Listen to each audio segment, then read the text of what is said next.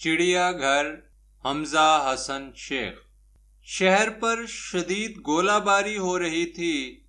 لوگ خوف کے مارے زندگی کا تحفظ ڈھونڈ رہے تھے۔ خازان چڑیا گھر میں کام کرتا تھا۔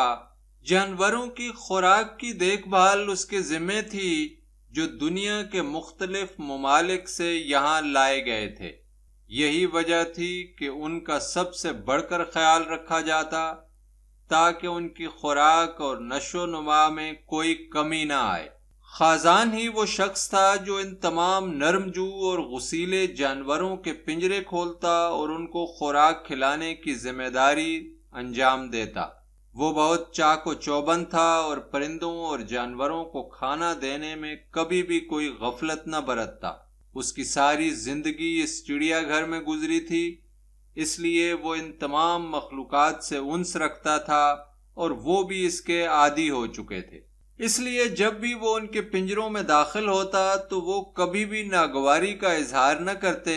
اگر کسی دن خازان چھٹی پر ہوتا تو انتظامیہ کے لیے جانوروں کو کھانا کھلانا ایک مشکل ترین عمل بن جاتا، کیونکہ وہ کسی کو بھی اپنے پنجرے میں نہ آنے دیتے۔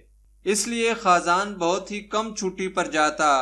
اسے یاد تھا کہ اس نے اپنی پوری نوکری میں صرف 2 بار ہی چھٹی کی تھی۔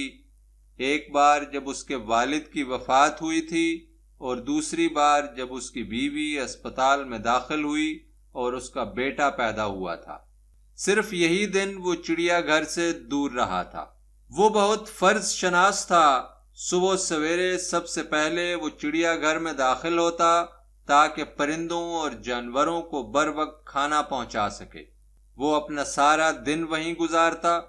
اگر کبھی کبھار اسے کوئی کام درپیش ہوتا تو وہ جلد از جلد اپنا کام پایہ تکمیل تک پہنچاتا اور رات کے اندھیرے سے پہلے پہلے واپس چڑیا گھر پہنچ جاتا تاکہ وہاں کے باسیوں کو خوراک مہیا کر سکے۔ وہ سب کی اچھی طرح دیکھ بھال کرنے کے بعد چڑیا گھر سے نکلنے والا آخری شخص ہی ہوتا۔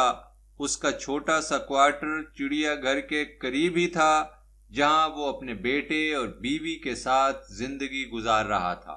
اس کی تنخواہ کم تھی، لیکن اس کی زندگی خوشحالی اور غموں سے آزاد تھی اور وہ اپنی زندگی سے بھرپور مزے لے رہا تھا۔ اس کا 3 سالہ اکلوتا بیٹا اس کی آنکھوں کی ٹھنڈک تھا۔ وہ اپنے بیٹے کو خوب پڑھا لکھا اور سلجھا ہوا انسان بنانا چاہتا تھا۔ وہ کبھی بھی یہ نہیں چاہتا تھا کہ اس کا بیٹا بھی اس جیسی جفاکش اور مشکل زندگی گزارے۔ اس نے اپنے بیٹے کے لیے کئی خواب دیکھے تھے کہ وہ اس دنیا کا ایک کارآمد شہری بنے۔ خازان نے جس علاقے میں آنکھیں کھولی تھیں، وہاں پر شاذ و نادر ہی امن ہوتا تھا۔ اس کے بچپنے سے ہی اس علاقے میں شدید لڑائیاں ہوتی چلی آ رہی تھیں اور کبھی کبھار ہی جنگ بندی ہوتی تھی۔ ظالم آبادکار ہمیشہ ہی ان کی املاک چھیننے کے لیے ان کے علاقوں پر حملہ آور ہو جاتے، اور جب مقامی لوگ اپنی املاک بچانے کی کوشش کرتے تو جواباً یا ان کو پیٹا جاتا یا پھر مار دیا جاتا۔ خازان کے پاس کئی تلخ یادیں تھیں، کیونکہ کئی لوگوں کو کبھی ایک بہانے تو کبھی دوسرے اس کی آنکھوں کے سامنے پیٹا یا مارا جا چکا تھا۔ ان میں سے زیادہ تر واقعات ایسے تھے جن میں وہ ظالموں سے اپنی املاک یا اثاثے بچانے کے لیے ان سے نبرد آزما ہوئے تھے۔ یہاں تک کہ بہت بار ان قابض مافیا آبادکاروں اور مقامی لوگوں کے درمیان جھڑپیں ہوئی تھیں۔ قابض افواج کے فوجی ان پر گولیاں برساتے، لیکن ان کے پاس ایسا کچھ بھی نہ تھا سوائے پتھر اچھالنے کے۔ اپنے اسکول اور کالج کے دنوں میں وہ بھی ایسی لڑائیوں میں بڑھ چڑھ کر حصہ لیتا تھا، کیونکہ یہ جد و جہد اس کی زندگی کا حصہ تھی اور یہ ان کے علاقے میں روزمرہ کی زندگی تھی جس کے لیے کوئی مخصوص وقت نہ تھا۔ کبھی کبھار وہ قابض افواج کے کچھ ظالم فوجیوں کو زخمی کرنے میں کامیاب ہو جاتے اور اکثر ہی ان کے لوگ زیادہ زخمی ہوتے۔ اس طرح یہ جنگ کئی سالوں سے جاری تھی۔ شادی کے بعد وہ ایسی تمام جنگوں سے دور ہو گیا، کیونکہ اس کی بیوی اس کو کسی ایسی جھڑپ کا حصہ نہیں بننے دیتی تھی۔ وہ کبھی بھی اسے نہیں کھونا چاہتی تھی اور دوسرا وہ چڑیا گھر کے ڈھیر سارے جانوروں اور پرندوں کی دیکھ بھال میں اتنا مصروف ہو گیا تھا کہ اب اسے اپنے بارے میں بھی سوچنے کا وقت نہیں ملتا تھا۔ مصروف زندگی کی وجہ سے اسے سالوں سے جاری ان جھڑپوں میں اب کوئی دلچسپی نہیں رہی تھی، یہاں تک کہ ان کا ملک بھی ایسے ہی دنگے فسادوں کی وجہ سے خاصا بوڑھا ہو گیا تھا۔ وہ روزانہ پرندوں اور جانوروں کو کھانا کھلاتا اور ان کو ان سے انس تھا، اگرچہ اس کو ان کی قربت حاصل کرنے میں خاصا وقت لگا تھا۔ شروع کے دنوں میں جانور اس پر بھروسہ نہیں کرتے تھے، لیکن بعد میں وہ آہستہ آہستہ اس سے مانوس ہو گئے۔ اس کو بچپن ہی سے جانور اور پرندے بہت بھاتے تھے، اس لیے اس نے اس نوکری کا انتخاب کیا تھا۔ خوش قسمتی سے چڑیا گھر اس کے گاؤں کے قریب تھا، اس لیے وہ یہ نوکری حاصل کرنے کے بعد بہت خوش تھا کہ اس طرح وہ اپنی زندگی سکون سے گزار سکے گا۔ بعد میں اس کی دشمن پر پتھر پھینکنے سے بھی جان چھوٹ گئی، کیونکہ اس کے پاس ان جھڑپوں میں حصہ لینے کا وقت نہیں تھا۔ کبھی کبھار ان آباد کار افواج کے خلاف بے حاصل لڑائی لڑنے والے سارے آزادی کے متوالے اس کو اپنا اور لوگوں کا وقت برباد کرنے کے علاوہ کچھ بھی دکھائی نہ دیتے، لیکن ایسے خیالات کے اظہار کے لیے اس کے پاس جرأت نہ تھی۔ بیٹے کی پیدائش کے بعد وہ اس کی جانب زیادہ مائل ہو گیا۔ اس کو بیٹا اپنی جان سے زیادہ عزیز تھا اور یہ محبت ناقابل بیان تھی۔ وہ خود ہی اس کو اسکول چھوڑنے کے لیے جاتا اور پھر واپس گھر لے کر آتا۔ اگر اس کے بیٹے کی اسکول سے چھٹی ہوتی تو کم از کم ایک بار وہ گھر کا چکر ضرور لگاتا تاکہ اپنے بیٹے کو دیکھ سکے۔ اس کی بیوی اسے اکثر کہتی کہ وہ اپنے بیٹے کو اپنے حواس پر اس طرح طاری کر کے خود کو پاگل کر دے گا، لیکن یہ اس کی شفقت پدری تھی جو کبھی بھی کم ہونے میں نہیں آتی تھی۔ یہ جنگی جھڑپیں ان کی زندگی کا معمول تھیں، اس لیے وہ اپنے بیٹے کو گھر ہی میں رکھتا کہ کہیں وہ پتھر مارنے یا غلیل بازی جیسی عادات میں نہ پڑ جائے۔ انہی دنوں غزہ پر حملوں میں کچھ اضافہ ہو گیا۔ دونوں اطراف کے لوگ ایک دوسرے پر پتھر اچھال کر یا گولیاں برسا کے اپنا اپنا غصہ ٹھنڈا کر رہے تھے۔ گلیاں زیادہ تر ویران ہی رہتیں جب تک کہ قابض افواج کی کوئی گاڑی گشت کے لیے نہ گزرتی۔ گاڑی کے آتے ہی لوگوں کا ہجوم وہاں اکٹھا ہو جاتا اور گاڑی پر پتھروں کی بارش شروع ہو جاتی۔ اکثر اوقات یہ جھڑپیں چلتی رہتی۔ خازان زیادہ تر اپنے گھر میں بند رہتا۔ وہ گھر سے صرف اس وقت ہی باہر نکلتا جب دفتر کی گاڑی اس کو لینے کے لیے آ جاتی۔ زندگی میں کوئی تبدیلی نہیں تھی سوائے ظلم کی زیادتی اور پھر اس کو سہنے کے تناسب میں۔ خازان نے اپنی آنکھوں کے سامنے کئی لوگوں کو مرتے دیکھا تھا اور اس کے ارد گرد ایسے کئی بچوں کا ہجوم تھا جو ان جنگی جھڑپوں میں اپنے ہاتھ پیر ٹانگیں اور بازو کھو چکے تھے۔ اب وہ صرف لولے لنگڑے کانے یا کچھ تو اندھے بھی تھے۔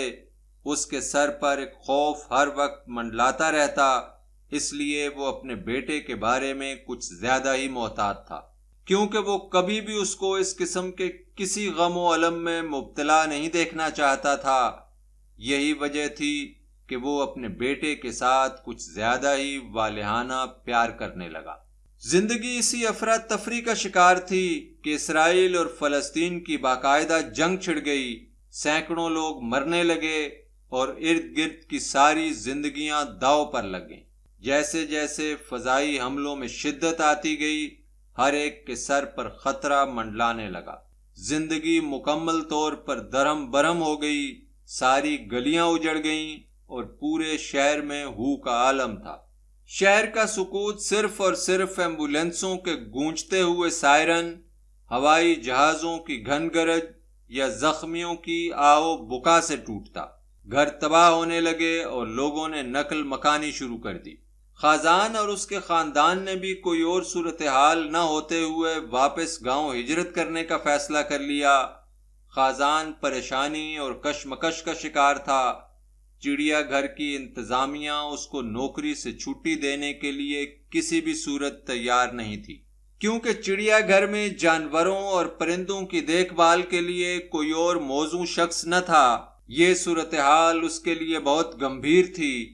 فضائی حملے بڑھنے لگے اور انسان بغیر کسی حساب کتاب کے مرنے لگے۔ اس نے اپنی پوری زندگی میں ایسی بھیانک صورتحال کا سامنا کبھی نہیں کیا تھا۔ اس کی بیوی بار بار ہجرت کے لیے اصرار کر رہی تھی، یہاں پر کوئی تحفظ نہ تھا اور وہ کسی بھی وقت ان بے رحم فضائی حملوں میں برستی ہوئی آگ کا نوالا بن سکتے تھے۔ اس نے اپنے حکام سے دوبارہ بات کی، لیکن انہوں نے اسے مزید ایک دن رکنے کے لیے کہا تاکہ وہ کوئی حتمی فیصلہ کر سکیں۔ جب تک کہ چڑیا گھر کے جانور اور پرندے محفوظ نہیں تھے وہ کہیں بھی نہیں جا سکتا تھا۔ اس کے حکام نے اسے اور اس کے پورے خاندان کے تحفظ اور محفوظ مقام پر منتقلی کا یقین دلایا تھا، لیکن ان آخری لمحات میں جب ہر سو بم برس رہے تھے وہ ان کے کسی بھی وعدے پر بھروسہ نہیں کر سکتا تھا۔ دوسرے دن یہ فیصلہ کیا گیا کہ چڑیا گھر کے تمام پرندوں اور جانوروں کو تحفظ کے لیے آسٹریلیا منتقل کر دیا جائے گا جب تک کہ جنگ بندی نہیں ہو جاتی۔ یہ اس کے لیے اچھی خبر تھی، لیکن بیک وقت اس خبر نے اسے اداس بھی کر دیا، کیونکہ ایسا کوئی بھی اعلان انسانی جانوں کے لیے نہیں تھا۔ وہ خاصی دیر اداس رہا، لیکن اس کے پاس قوانین اور فیصلے تبدیل کرنے کا کوئی اختیار نہ تھا۔ وہ سوچتا رہا کہ انسانی جان کی کوئی قیمت ہی نہیں، لیکن جنگ تو انسانوں کی تھی نا، بھلا انسانوں کی جنگ میں بے زبان جانوروں کا کیا قصور؟ اور دوسرا، ان میں سے بہت سے جانور اور پرندے نایاب نسل کے تھے جو معدوم ہوتے جا رہے تھے، جن کا تحفظ اشد ضروری تھا۔ انسانی نسل بھلا معدوم تھوڑی ہو رہی تھی کہ اس کا تحفظ یقینی بنایا جاتا۔ انسان تو صدیوں سے ایک دوسرے کے گلے کاٹتے آ رہے تھے، لیکن پھر بھی ختم ہونے میں نہیں آ رہے۔ سارا دن وہ انہی خیالات کے ساتھ پرندوں اور جانوروں کی منتقلی کے لیے ان کو مختلف پنجروں میں بند کرنے میں مصروف رہا اور پورے اسٹاف کا مددگار رہا۔ لیکن ابھی ایک روز کا کام باقی تھا اور کل صبح آخری فلائٹ تھی۔ رات کو خاصی دیر سے وہ سارے دن کا تھکا ہارا واپس لوٹا اور تھکاوٹ کی وجہ سے جلد ہی نیند نے اس کو آ لیا۔ آدھی رات کو اس کی آنکھیں خوفناک دھماکے سے کھلیں۔ جب اس کے حواس لوٹے تو اس کی آنکھوں کے سامنے ایک دلسوز منظر تھا۔ اس کا گھر مکمل طور پر زمین بوس ہو چکا تھا اور فضا میں ایک طیارے کی گن گرج گونج رہی تھی۔ اس کی مردہ بیوی صحن میں پڑی تھی، جبکہ اس کا بیٹا بدحواسی کے عالم میں دھوئیں اور گرد و غبار کے پہاڑ میں مردہ ماں کے ساتھ اس کے خون میں نہایا بیٹھا تھا۔ ایک لمحے کے لیے اسے یوں محسوس ہوا کہ جیسے اس کے سامنے قیامت کا کوئی منظر ہے اور وہ اپنے حواس کھو چکا ہے۔ بمشکل جب اس نے اپنے حواس پر قابو پایا اور ساری صورتحال سمجھنے کے قابل ہوا تو وہ اپنے بیٹے کی جانب دوڑا۔ اس نے لپک کر اسے اپنی گود میں اٹھا لیا اور اس کے چہرے سے گرد صاف کرنے لگا۔ ایک لمحے کے لیے اس نے سکھ کا سانس لیا کہ اس کا بیٹا زندہ تھا۔ بچے کو سنبھالنے کے بعد وہ اپنی بیوی کی جانب متوجہ ہوا جو صحن میں مردہ پڑی تھی۔ وہ چیخ اٹھا کیونکہ آنسو بہانے کے علاوہ اس کے پاس کوئی چارہ بھی نہ تھا۔ جب اس کی نظر اپنے جسم پر پڑی تو وہ اپنے لہو میں سر تپا نہایا ہوا تھا۔ اگرچہ اس کے بازو اور ٹانگیں بالکل ٹھیک تھے، لیکن وہ یوں محسوس کر رہا تھا کہ وہ اندر اندر سے گھلتا جا رہا تھا، لیکن زخموں کی مرہم پٹی کے لیے اس کے پاس کچھ بھی نہ تھا۔ وہ اپنے علاقے میں ایمبولینسوں کے سائرن کی آواز سن رہا تھا، لیکن ان میں سے کسی میں جگہ پانے کے لیے اس میں ہمت نہ تھی۔ اس نے اپنے روتے بلکتے بیٹے کو لیا اور چڑیا گھر کی جانب قدم بڑھائے۔ اسے یقین تھا کہ اس جلتی ہوئی رات کے ان اندھیرے لمحوں میں پورے شہر میں صرف وہی ایک جگہ تھی جہاں اسے سکون کے چند لمحے میسر آ سکتے تھے۔ آخر کار وہ چڑیا گھر پہنچ گیا جہاں پر چوکیدار جاگ رہے تھے اور انہوں نے اس کی مرہم پٹی میں بہت مدد کی۔ فرسٹ ایڈ حاصل کرنے کے بعد اس نے خود کو بہتر محسوس کیا۔ اس نے غم اور غنودگی میں ڈوبے اپنے بیٹے کو پیار سے دیکھا۔ اگرچہ اس کی مرہم پٹی ہو چکی تھی لیکن اس کے اندر بیٹے کو کھونے کا خوف انگڑائیاں لے رہا تھا۔ وہ اپنے بیٹے کو ہر حالت میں محفوظ دیکھنا چاہتا تھا۔ وہ چڑیا گھر میں اپنے کیبن میں گیا، بیٹے کو نہلایا اور اسے صاف ستھرا کرنے کے بعد گتے کے ایک بڑے کارٹن میں بند کیا۔ اس نے اچھی طرح تسلی کی کہ اس کا بیٹا بالکل محفوظ رہے گا۔ صبح سویرے ہی آخری فلائٹ تھی جو چڑیا گھر کے باقی جانوروں اور پرندوں کو لے کر جا رہی تھی۔ اس نے ایک بے ضرر جانور کے دیو کامت پنجرے میں اپنے سوئے ہوئے بیٹے کے کارٹن کو چھپایا اور سکھ کا سانس لیا۔ ابھرتے ہوئے سورج کی کرنوں کے ساتھ اس کے خون بہنے میں تیزی آ گئی۔ جب جہاز نے اس کے بیٹے سمیت سارے پنجرے لدنے کے بعد اڑان بھری تو اس کی بند ہوتی آنکھیں جہاز پر جمی تھیں اور اس کے منہ سے خون ٹپک ٹپک کر نیچے گر رہا تھا۔